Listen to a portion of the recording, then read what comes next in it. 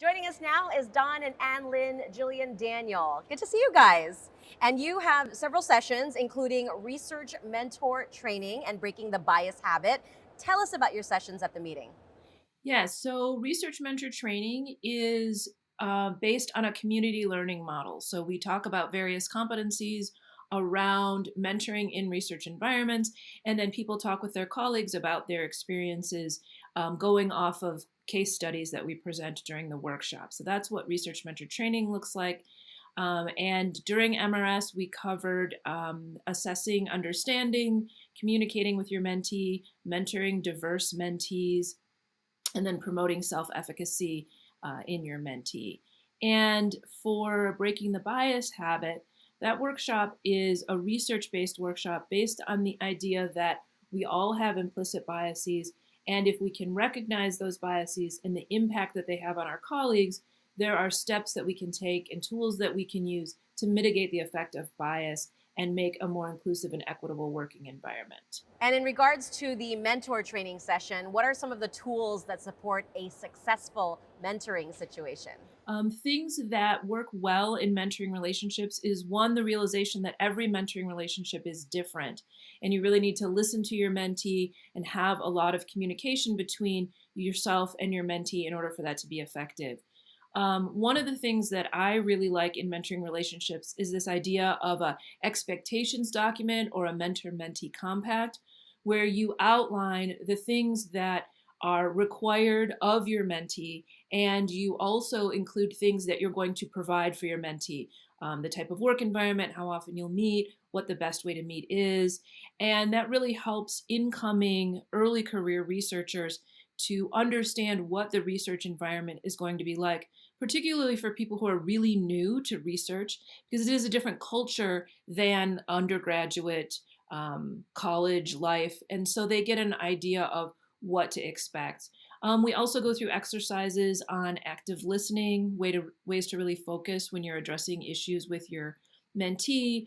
We also talk about tools for assessing understanding, whether your mentee is understanding what you think they're understanding. Developing effective projects for mentees is another one of the tools that we discuss in this learning community. When it comes to bias training, how can you help individuals uncover and overcome their unconscious biases? So, one of the things we start with is acknowledging that bias is not the only reason that we have inequities in our society. But as individuals, if we can work on our own bias, and if enough people start to do that, we're going to start demanding that more and more people act in an egalitarian and inclusive way. And so the goal is that eventually we would get to a society where everyone was acting in an unbiased way. So they were recognizing the bias they have and using the tools that we're providing to mitigate the effects of that. What are the benefits of organizations committing to a robust program of diversity, equity, and inclusion? Can you provide some specific examples? The research shows that more diverse and inclusive groups are more creative in the work that they do together. And so for organizations, thinking about ways to help all members feel like they have a place within the organization, a sense of belongingness in that space, is going to lead to an organization that is much more, that thrives and is more creative in the work that it does together, and the work that its members do as they do their research and their scholarship.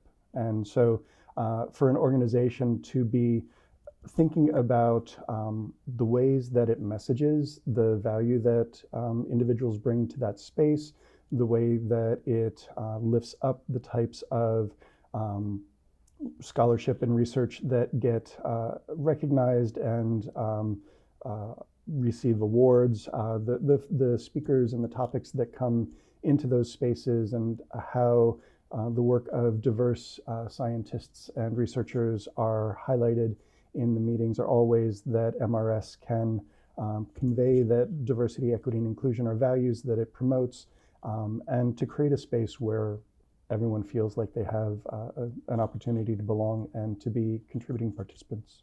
For those who are not able to attend these sessions, how can they learn more? We'll be offering, I believe, additional sessions virtually with MRS participants, and so that's something to look forward to.